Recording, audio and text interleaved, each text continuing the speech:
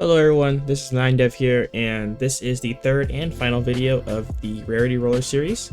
Last episode we worked on doing the roll itself, and that consisted of doing the time, as well as the rolling and the rarity and making it random and all that stuff.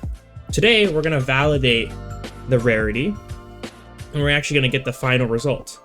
Now, you're probably wondering why we don't just take the final result from this index here, since, you know, while it's rolling, if you guys remember what the rolling looks like, we click the roll button and it goes through random rarities. You're probably wondering why we don't pick from that. Well, the reason is that in most video games, and most likely in your video game as well, you want the rarity to be random, but not random in the sense of it could be common and it could be legendary, and they both have the same chance. No, we want common to be common, we want uncommon to be uncommon, and so far and so forth. So each one is going to have its own chance of happening. Now, if you remember early on, we made this thing called, if I can find it, random rarity index. And we also made this random rarity. So we're going to use this to get our percentages in what is more rare than the other. So before that, let's make a function. The reason why we're making a function is because we need to be able to internalize how we're going to figure out these numbers here. So let's go ahead and put it somewhere up here. The reason why we're putting it up here is putting a function in the middle of another function can be kind of weird. So it's easier to call it from outside. So we're going to do a local function. And let's call this get random rarity. Right? Now, we're going to add a parameter in here. And this parameter, as you could guess, is going to be random rarity. And so actually, let's go down here. So after this roll is over, right? After we do the whole roll and it goes through all numbers, at the very end, we're going to change the random rarity index. So this will be the final index. We're going to random rarity index equals, and we're going to mention this function that we create, because we're going to put stuff in here. So get random rarity. Now, right in here, so remember how earlier I said that you can add parameters to functions? So we're going to add a parameter. Now, what are parameters? Parameters can actually be whatever you want. When you're making a function, what parameters are is you can pass another variable into the function and make it do something. So in this, we're actually going to pass in the random rarity, the one that can be between 1 and 1,000. So random rarity index equals get random rarity, random rarity. And when you do that, so we pass in here, we also have to create a variable here. We'll just call it random rarity 2 as well, just so we know it's the same thing. And so now we passed in this number, math.random 1 to 1,000, into this function here. So now in this function, this is any number between 1 and 1,000. Now what are we going to do with this number? We're going to make a bunch of if statements. And these will be very specific. So let's imagine we have our rarities, right? Common, uncommon, rare, epic. These can be whatever you like. I'm going to do what most people do. I'm going to say common has a 50% chance of happening, rare has 20%, epic has 10%, and legendary has a 5%. I'm just going to go like the basic stuff. So the way we do that is we do if, and let's say random rarity, and because it can be anywhere between 1 and 1,000, we'll say half of 1,000 is 500. So the minimum value is 1. So we're going to do if random rarity is greater than or equal to 1. And the way we get the range, so we want a range between 1 and 500. If you just do this, if the random rarity is greater than or equal to 1, it's going to be greater than or equal to 1 stretched out to infinity. We need to create a range. So what we do that is, I'm going to delete this end. We're going to make an and what this does is it adds another conditional. The other condition is if random rarity is less than or equal to 500. And what this does is we have two things. If random rarity is greater than or equal to 1, so that's the first thing. And if it's less than or equal to 500. So we created a limit on both sides, 1 and 500. And that's what this does. So if it's between that range, then we are going to return 1. Now, why 1? Why not something like common or? Well, here's the reason. So you remember in the function, if we go back, remember in the function, we have, let's see, where's the roll? Here we go, the roll. You know, in the function, we have the index, which rolls a random int between 1 and 5. Well, that's because these, the rarities and the rarity colors, are all assigned indexes. So this index 1, 2, 3, 4, and 5. And if you remember, index 1 is common. So if we go by indexes, we're gonna return 1 for common.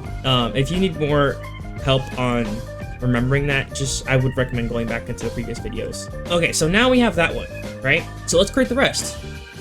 If you know how if statements work, you know you can create something called else if. Else if is you can just add another if statement. It's kind of like an if, we just add more. And we're gonna add the rest. So if random rarity, and you want to make sure it's not in the range of the previous one. So it should not be 1 in 500. That's we've already done that. So we want to do 20%. So realistically, this should be from 501 to 700. If random rarity is greater than or equal to 601, and random rarity is I'm sorry, not 601.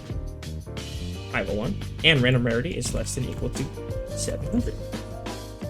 Then return 2, because 2 uncommon, right? Now you probably notice a pattern here. We keep doing this. Else if random rarity, what is this, 10% now? If random rarity is greater than or equal to, let's think. All right, let's do. I'm trying to think. Let's do 20%, 15%, 5%, right? Because we have round rare. Yeah, let's do that. So let's do 701 and 15%, so 850. Oh, random rarity is less than or equal to 850. And you can follow along with this. Also, you don't have to do exactly my numbers. You can do whatever percentages you want. Else if random rarity is greater than or equal to, so we're at 851, and random rarity is less than or equal to, let's see, so we're on 950. And so that just leaves the last one. Now here's a trick that a lot of people don't use, and if you're a beginner, I wouldn't recommend it. You could add another else if, right? And this would be the 951 to 1000 range, right? However, since we're running this function, right? So we have all these numbers. First of all, this number can only be 1 to 1000. Well, we have 1 through 500, 501 through 700, all that stuff, right? We have everything going until 950. So instead of else if, we're actually gonna do else. And what else does is if none of these are true, right? It's not any number between 1 and 950, then it has to be a number between 951 and 1000. Because it's not any of these, so it can't be anything else. And before, we know for sure that random rarity is a random number between 1 and 1000. So in that case, we actually don't have to do an else if. We just do else. Because the only other option is that it's legendary. And so now we have our function. So now if we go back here, this random rarity index will be anywhere between 1 and 5 with our predetermined rarity if statements. Now let's do the fun part, is displaying our rarity, right? Let's put out task.wait, because the minute this finishes, it's gonna immediately display our rarity. But you know, I'm not one to gamble, but I like when my rarity roller waits a second before I get the final result. It adds the tension. So we're gonna wait a second before it actually shows what you got. After that, you know how we added the rarity tick thing again? Let's do it one more time. we obviously want the tick to play. And in your game, you can also maybe make it so that another sound plays. Say you get a legendary.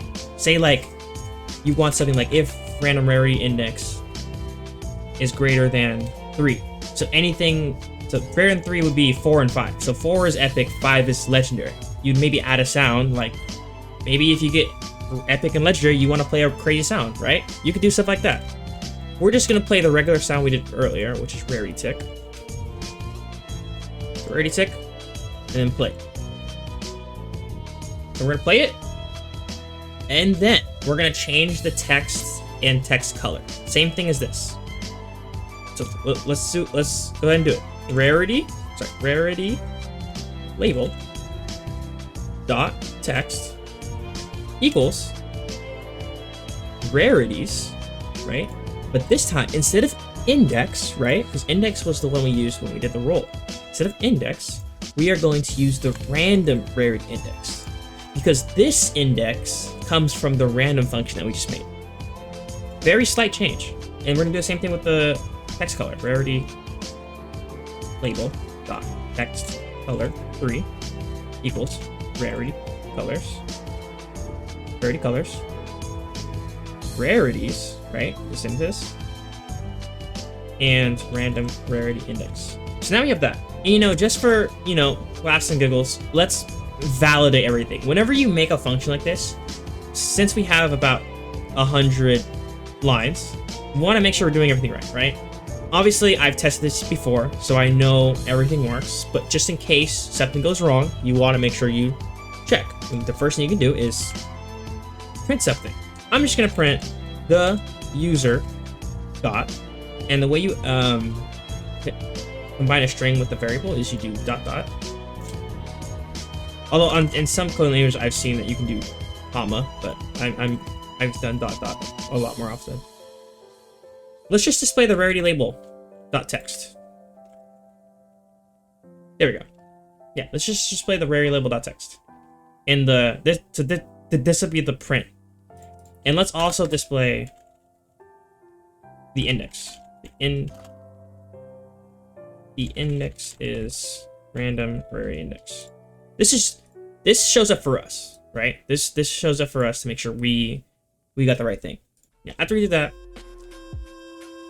we want to reset everything. So after we roll, we want to reset everything back to where we started, so that everything can be done again, right? Because you want to roll one time, but say you want to roll again. And the first thing we want to change is, you know how we, at the beginning, press the button and the rarity text changes to rolling? We want to change back. So rarity label dot text. I'm sorry, not rarity label. Rarity button. That's why it's good to name things. Dot text equals roll. Right? And at the very beginning, we also changed this roll button click to true. Well, once the whole roll is done and we got our rarity, we set it back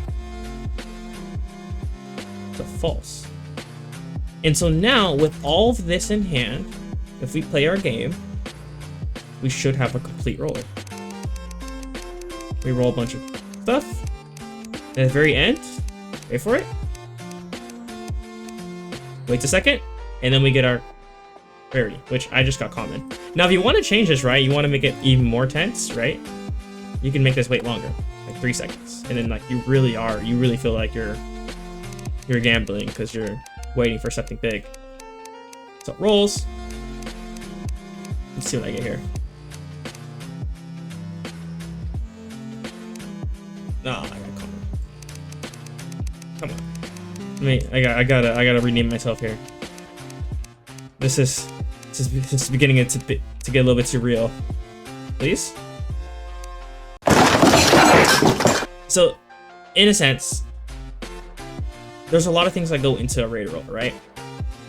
You know, you have interval, you have the roll time, index, all that stuff, right? A lot of stuff you can use in your games. So a lot of what we discussed today, it's not just for me, right? You can use this stuff, you can use it in your games. Example of, say, you get like a certain rarity and you want to like get an item, maybe. Very easy to do, right? use this, the random rarity index, and say like, if random rarity index equals 2, maybe. Usually you would do this in a function, right? Same as this, right? Say like you get 2, right? Then I don't know, maybe there's like a folder in replicated storage, right? And with a bunch of like items, maybe you have like a, I'll do an example. You have like a tool, right? A tool in replicated storage, like, let's see, uncommon sword. Uncommon sword. And so if you get this number, right, you duplicate the sword and give it to the player. Something like that. So you can do a lot of stuff with rarity stuff, but this is just how to make the rarity roller. I look forward to seeing a lot of your guys' creativity, and maybe you can actually share it in the comments if you made anything. But that's it for today, and look forward to more content. I'm going to be doing more tutorials on obscure stuff, giving you guys a little bit more, just so you can make your coding journey better and more fun. All right, see you guys later.